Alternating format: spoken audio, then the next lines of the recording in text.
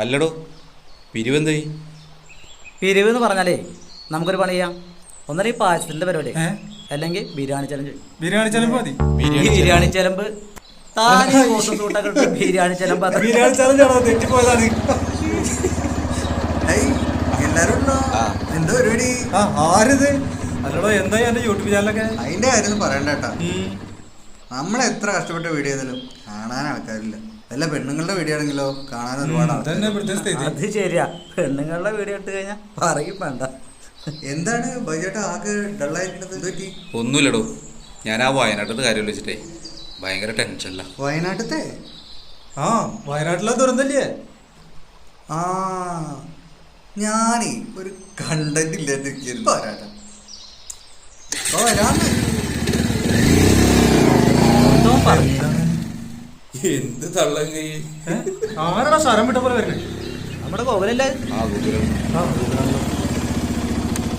ഇപ്പൊ എവിടേക്കാ പോണ്? ഞാൻ നമ്മുടെ വയനാട്ടിക്ക്. എന്തിനാണാവോ? അവിടെ ഇങ്ങോട്ട് പോയിട്ട് അവിടുത്തെ ആംബിയൻസും ആൾക്കാരുടെ കരച്ചിലും ഒക്കെ കൂടി ചേർത്ത് ഞാനൊരു വ്ളോഗാണ് ചെയ്യും. സബ്സ്ക്രൈബർ ലിസ്റ്റ് ഇങ്ങനെ പറക്കും. പിന്നെന്താ, ചിക്കിളി ഉണ്ടാക്കാലോ. അത് ചെയ്യാൻ പാടില്ല, അത് ചെയ്യരുത്. കാരണം അവിടെ ഉള്ളവർ ജീവൻ പണം വെച്ചിട്ടാണ് രക്ഷാപ്രവർത്തനം ചെയ്തുകൊണ്ടിരിക്കുന്നത്. അതിലെടുക്കും നിന്റെ ക്യാമറയും ബ്ലോഗും ഒക്കെ ആയിട്ട് ചെല്ലുക. അത് മോശമല്ലേ? നീ ഒന്ന് ആലോചിച്ചു അല്ലേ? പിന്നെ മോശമാണ്. ശരിയല്ലേ? ഞാൻ അത്രയ്ക്ക് ആലോചിച്ചില്ലേട്ടാ. ഞാൻ പോണില്ല. അങ്ങനെ പറയും. അതാണ്. പക്ഷെ ഞാൻ പോവും. ഈ മൈക്കും ക്യാമറയും ഒന്നുമില്ലാതെ നമ്മുടെ നാട്ടിൽ സന്മനസ്സുള്ള കുറെ ആൾക്കാരുണ്ട്. അവരുടെ സഹായം കൊണ്ട് വയനാടിനൊരു കൈത്താങ്ങായിട്ട് നമുക്ക് എല്ലാവർക്കും കൂടി പോവാം. അങ്ങനെയാണെങ്കിൽ നമുക്ക് ഒരുമിച്ച് പോവാം. എന്താണ്, ഓക്കെ അല്ലേ? ഓക്കെ.